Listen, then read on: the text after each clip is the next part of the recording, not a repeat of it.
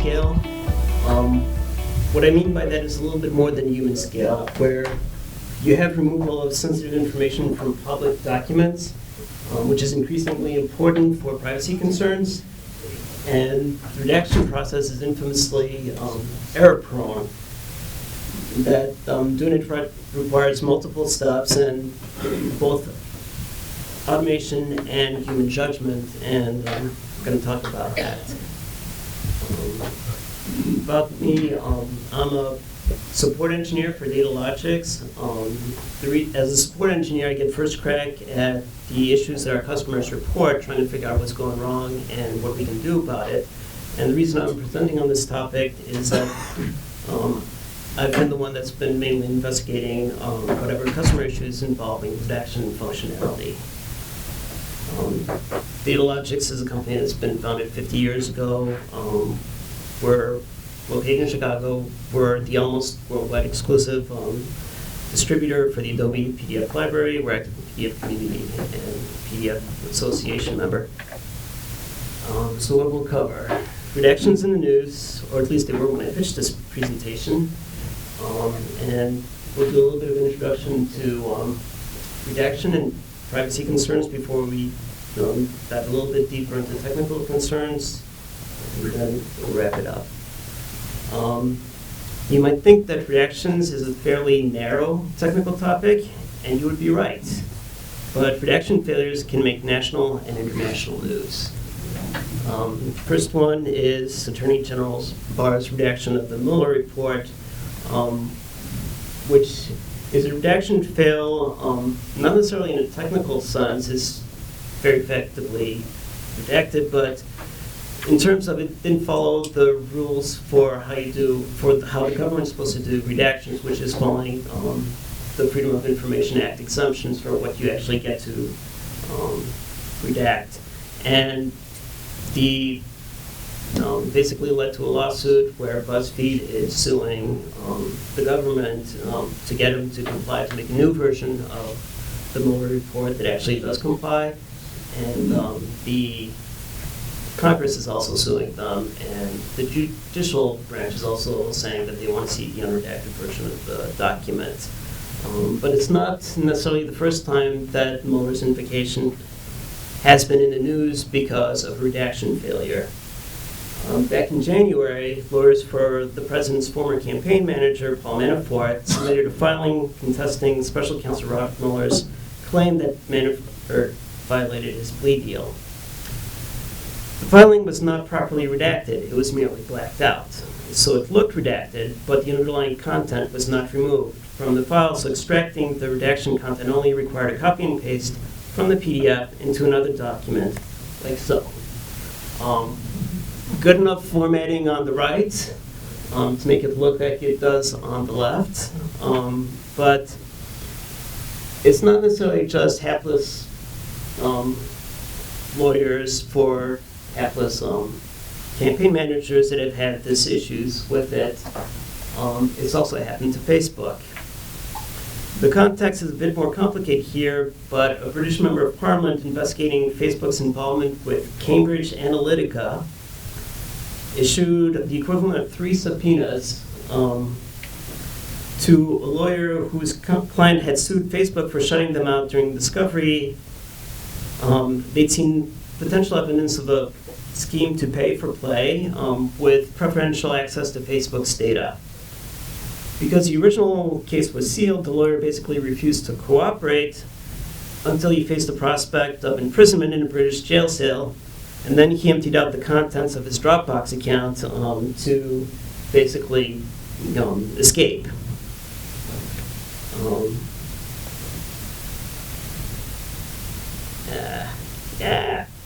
Hold on. But, second please. When journalists took another look at the data that it had been in its redacted versions, they found that it actually hadn't been redacted. And commentary that I found on this particular case was that redaction isn't all that hard, but boy, the failure to properly redact seems to crop up frequently. And this isn't the first time that it happened. found this article from May 2005, so 14 years ago, 2 years after the invasion of Iraq, when the war was still hot and heavy. The U.S. military publicly posted a PDF created for Microsoft Word where sensitive information had been redacted using Word's highlighter function with the colors set to black prior to its conversion to PDF. The result, again, was that the text was not visible, but it was extractable. Now, this article had been published 2 weeks prior, and it took them a while to actually do this. And back in the day, Acrobat did not have built-in tools for doing redaction, but there were third-party plugins for doing it. I think redaction has been part of Acrobat and since about version 9, so about a decade now. And in the past year, we've had a push from some of our customers for bringing the PDF library's redaction annotation creation capabilities up to par with the options available in Acrobat at the user level. So let's take a look at the basics of doing that. Redaction is the process of removing information from the pages of a document, as opposed to sanitization, which is typically about removing metadata loosely defined associated with the document, which is generally visible on the page, which is generally not visible on the pages of the document. Redaction is typically done to sensitive information like personal identifiers, such as ID numbers, social security numbers, contact information, but there's nothing inherent in the process of redacting to limit it to just that. So let's talk about the process and what it means to do it at scale. Steps are roughly the same whether you're redacting a single document of a few pages or you have thousands of documents, some of which are thousands of pages.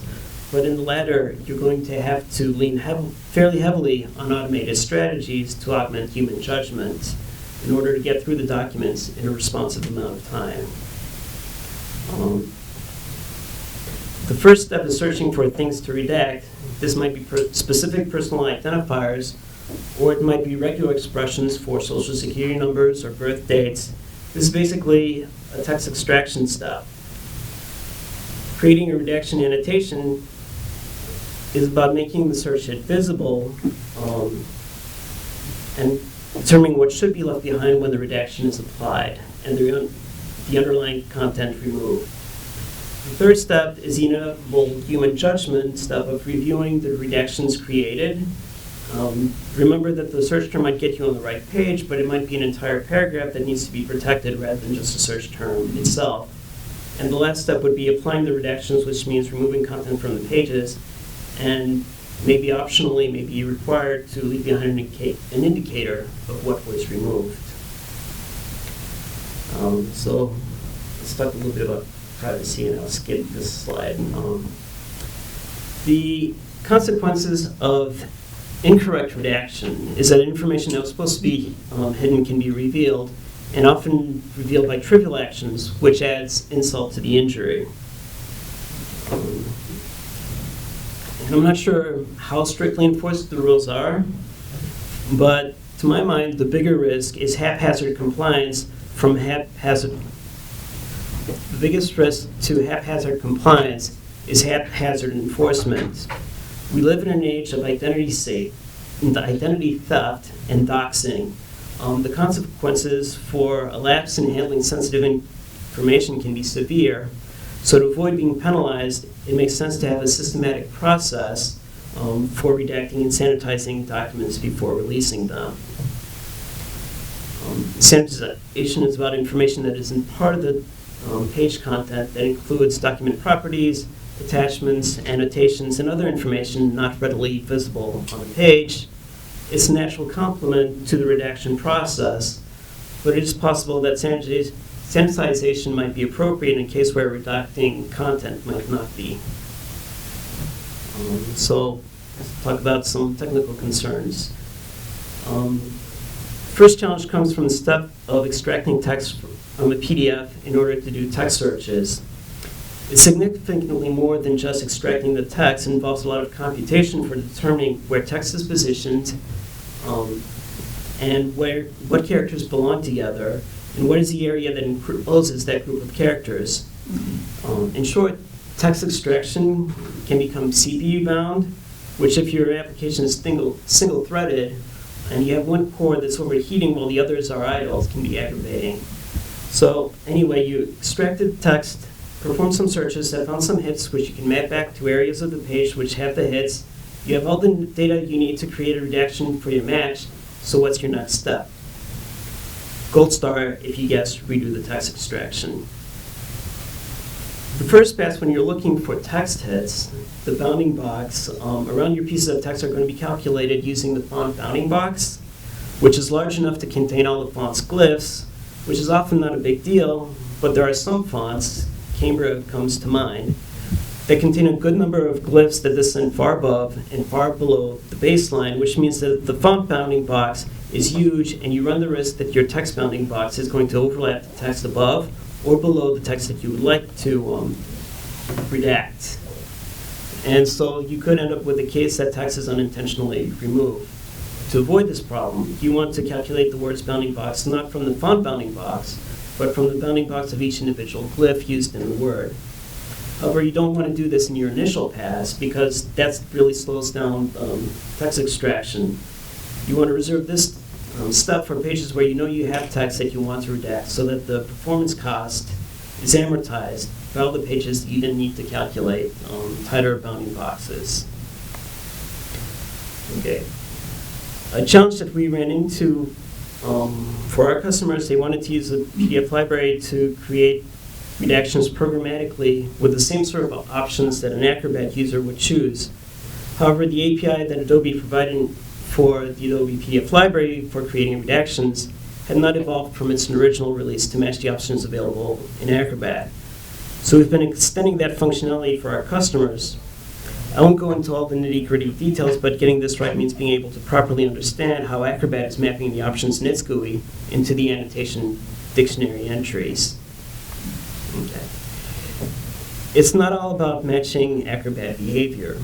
A couple of years ago, we had a prospective customer that asked us for an unusual redaction feature.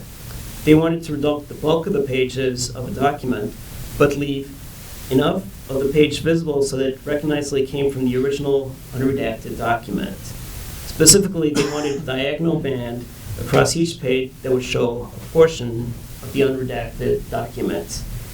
We created a sample app demonstrating how to create a redaction annotation like that. Basically, a quadrilateral shape has 4 points, but if only 3 of the points are unique, then you've got a triangle. And if you've got 2 triangles, you put them like that, you basically have your band of content. Let's see. Here are the same screenshots again, but in between I'm showing the pre-flight rendering of the internal instructions for the original document and the redacted version of the document side by side, and I've highlighted the text strings that are common in both. The highlighted strings are more spread out in the original document because there is additional content which is not present in the redacted version, so it's more compressed. Note that this is not simply a matter of removing content because you have to deal with the accumulated relative changes from the text that you removed. You have to reposition it so that it stays in the same position, basically. Okay, a few other challenges. Calculating how to keep the content that remains in the same position and looking the same is a technical challenge. One commonly asked for feature is the ability to not necessarily keep things fixed in their location, but to have the remaining text free flow to accommodate the substitution text for the redacted text. Unfortunately, the information to adequately reflow a PDF document is not typically kept in the document, which is why I really like this MCS illustration for discussing reflow. You basically have the situation where you're feeding it to itself to get power. While some of the parameters for reflowing could potentially be calculated through analysis, there's some issues with that when it comes to redaction. Reflowing a document during its creation and editing stage is no big deal, but I don't believe that it's really part of a redaction toolkit. I understand the cosmetic appeal of matching up the existing format so that it looks clean, but since text extraction from PDF can also include the font stylings of the text, if you combine that with the ability to reflow a paragraph, you could then redact the document to make information disappear in a way that is mostly undetectable. Would you trust the output from a redaction tool that sometimes allowed you to surreptitiously rewrite the content? If redaction serves a public purpose, the goal should be to present as much of the original document as possible, and that, yes, some information has been removed, but we have a legitimate reason for removing this information. If challenged, we can lift the veil to show what exactly was removed. A slightly different topic. Duff Johnson brought to my attention a report by the Australian Cybersecurity Center that did a study of PDF redaction and claimed to have found a vulnerability where they were able to extract the password from what had been redacted from the document from the 2 Unicode CMAP. The 2 Unicode CMAP is basically the key to a puzzle, which is a content stream for the page. And if you remove the key, you can still decrypt the message using decryption methods or other methods that not necessarily involve decryption, but there are cryptographic techniques that could be used to reconstruct it. The claimed vulnerability here is not with the content, which has been wiped from the document, but with the key, which is essentially metadata. It's a claimed vulnerability because to make this a plausible scenario, they had to make this about a password specifically, so it was small enough unit of information, and they had to violate their own information security manuals guidelines for what to do with how to deal with passwords. To wit, you don't store passwords you store passwords in a password vault rather than in an unencrypted document, and they didn't use any alphabetic characters, where that's one of the character sets that they're required to use in order to make a password. It has to be sufficiently lined, it has to use a wide enough array of characters. And to make this particular password that they were able to extract, they limited themselves to just the top row of keys on a keyboard, which is not made for a secure password. So in terms of what sort of vulnerability it is, if it's the first text that is used by a particular font, your biggest vulnerability is if the text that you're trying to redact is actually a pangram that tries to use as many letters as possible. In that case, you might be able to extract almost a full sentence from it, but even pangrams typically have redacted letters, so you wouldn't necessarily be able to extract the full sentence with a pangram from that. So the other thing is redaction isn't really about hiding passwords, so it's not really the best case for the vulnerability. Is this something that could potentially be remediated with the scenario that they found in QPDF generating basically what was a subset font where the characters were in order? And yes, what you could do is you could resubset the font on the pages so that characters that had been eliminated would also be eliminated from there.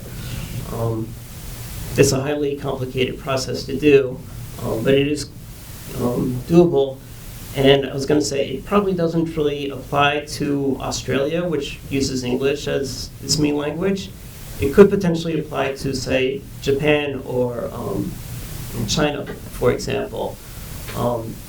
In those cases, you do actually, there might be more of a risk of a 2 Unicode table actually showing more of the text than you intended to reveal. But so it's not completely nothing burger, but it's fairly close to that, at least for Australia. China would have a bigger issue with it, or Japan. Other than that, let's start for. Recall that the steps of the redaction process are searching, creating the redaction annotations, reviewing the redaction annotations, and applying the redactions. When we're dealing with redaction at scale, we're essentially faced with a task that would take too long and be too expensive to rely solely on human labor. We want to minimize the unproductive aspects that we can automate, and we want to make sure that the review process is focused on the part that requires judgment calls. We do this by focusing human involvement on the first and third steps, not the searching itself, but the oversight of the search terms and the patterns and the rationale for censoring that particular information. The actual search can be automated, as can the initial creation of annotations, but it will likely generate false positives about what should be removed and what redactions should be expanded to cover entire sentences or paragraph. That's where human judgment is called for, and we can skip over pages where no hits were detected. To address the failures that we started examining at the very beginning, I would suggest amending the workflow to collect all electronic storage files together, convert them all to PDFs, and then do the redactions uniformly to all the PDFs. And I would archive both the PDFs with the unapplied redactions and with the redactions applied. You want both sets because it's very possible that you might have to have one of your redactions challenged and you need to reapply the redactions in order to redistribute the document with the information revealed. So that's what I do. So conclusions and key takeaways. Let's see. We live in an age where it's amazingly easy to create documents, some of which need to be shared beyond their original audience, and contain information to which this larger audience is not entitled to see. Redactions are a compromise solution that facilitate a better exchange of information than an all-or-nothing approach. But this improved exchange of information only really works if the redaction process works the way it's supposed to. It can't just look redacted, it has to be redacted. And when it is redacted, it has to look redacted. And if redaction is successfully challenged, it needs to be easy to regenerate the redacted version of the document that it now includes more information. Sometimes the redaction slip-ups are to our favor as members of the public, but sometimes not, as in the case of the Iraq War example. Really, we are better off if the redactions of public information can be challenged through a process rather than because somebody screwed up along the way. Likewise, our notions of privacy are evolving, as is our understanding of how private information can be used against us and requires more control than a de facto policy of finders keepers, losers weepers. Thank you for listening and participating in my presentation. And get a lot of this information. And if you have any questions, please feel free to ask me. Okay, sure. The triangle redaction? Yes. What was the use case for that? I think there were, I don't recall completely, but I think they were submitting it to some sort of trademark or copyright protection, and they wanted to show that there actually was content, but it was proprietary data that they didn't want to make completely public, but they had to show that there was some content behind the redaction. Okay? Question about production software and art on the record. Okay. Does the art use the record system as the OCR? Okay. Or the OCR is compatible without access? Mm-hmm. Without access. Right. So the production software the actual very good. You have to rely on our permission first. Right. And then apply the Correct, what yes. you suggest to do first. Or how to approach this issue after all, because with CPR and through the Right. legislation we have to protect. Right. Yes. I mean, you kind of have to know your files before going in, what exactly you'll be dealing with. If it's images, then you probably do want to, that it's going to be images of text like it came from a scanned document. You want to know that beforehand and do run OCR on it before trying to do any sort of redaction so that you have text behind the image, and then you can just mark out those areas of images that roughly correspond to the text that was found. It's not foolproof, and that'd be someplace where you need more human judgments to make sure that things work correctly. but I don't know of any better at this point. So it means that you have to edit the OCR first before you do that. Yeah, you do want to do the OCR first so that it can find text in the images when it does do the text searching. I mean, obviously, in order to identify text that you want to redact, then you have to do the OCR first, and then just in order to remove part of the result of it later on. I mean, this would work for a company that has hundreds of customers because they have thousands of them. Right. I mean, a lot of effort. Yes. I don't know of an automated way to actually do better than that at this point. Maybe as OCR improves, this might become better, but it's right. Unfortunately, but that's where we're at these days. Okay, sure. My question built on that, like so for even a non-scanned media, that Right. might have many media have broken free because they might not have it at all. Or you know, there are page breaks or support further cross pages and Right. all of that. So are there some dangers of using automated or some search Right. to identify that? Yeah. It's not a foolproof process, and if you saw Leonard's talk earlier yesterday, doing a search across page boundaries is actually something that's not typically done. So it could be done. It involves a little bit more work, but there's no real good way of doing it for continuity, because you might have stuff that gets in the way of the continuity. Like if you're extracting page headers and footers, and you'll extract that first before you get the continuity. So it's a hard problem. Don't necessarily have a solution for that particular aspect. It's much more easy for our human eyeballs to detect stuff, the continuity, than it is for automated process to actually detect continuity at this point.